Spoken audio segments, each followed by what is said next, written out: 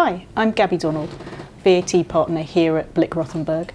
I'm joined today by my colleague Ola Adigan to discuss our top 5 steps that private education providers can take now. Hi Gabby, thanks for having me here. Looking forward to discussing the topics and our top tips. Fantastic. So our first tip, I think, is really focusing on private education providers thinking about when they need to register for VAT. Essentially, there are 2 tests that apply. There's a backwards-looking test over the last 12 months and a forwards-looking test over the next 30 days. Mostly, our private education providers will be focusing on the 30-day test, the forward-looking test. The backward-looking test is more likely to be relevant for much smaller schools where they don't expect to breach the £90,000 VAT registration threshold in the next 30 days. For most schools, it's likely that the forward-looking test will be most relevant because it focuses on breaching the VAT registration threshold in a 30-day period. A lot of schools are going to have to think about this when they start to issue fees for terms upcoming in 2025.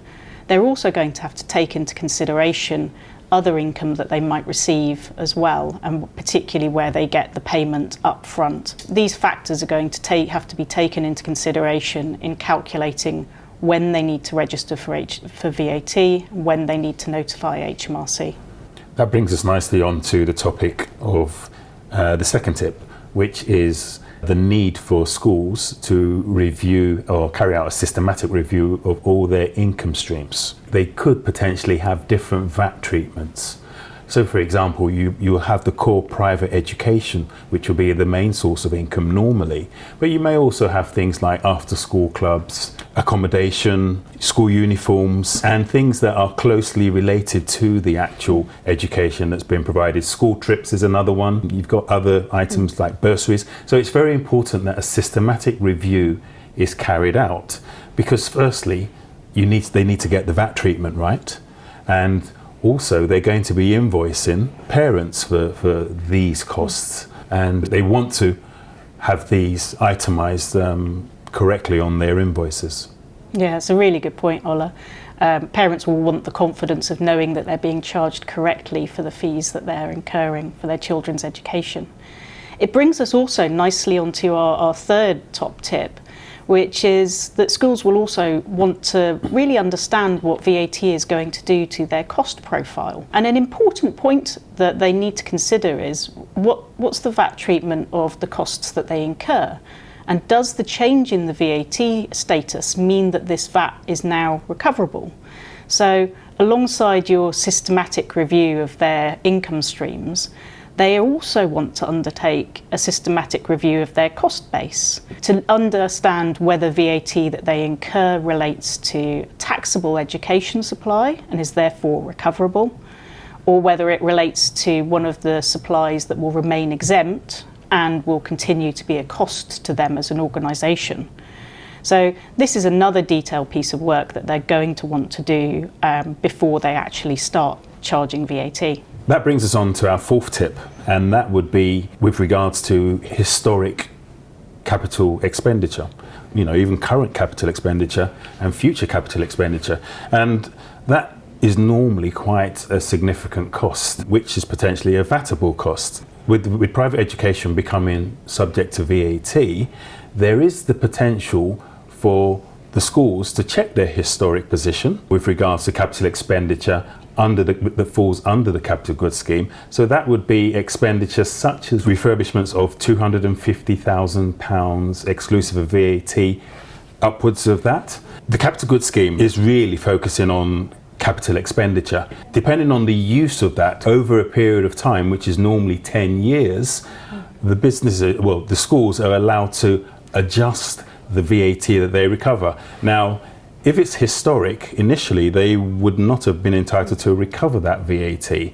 But now, let's take for example, they're in year 5 of having carried out that capital expenditure. If now they are making supplies that are subject to VAT, they could be entitled to recover an amount of VAT every year for the remainder of the economic life of the capital item, which would be another 5 years.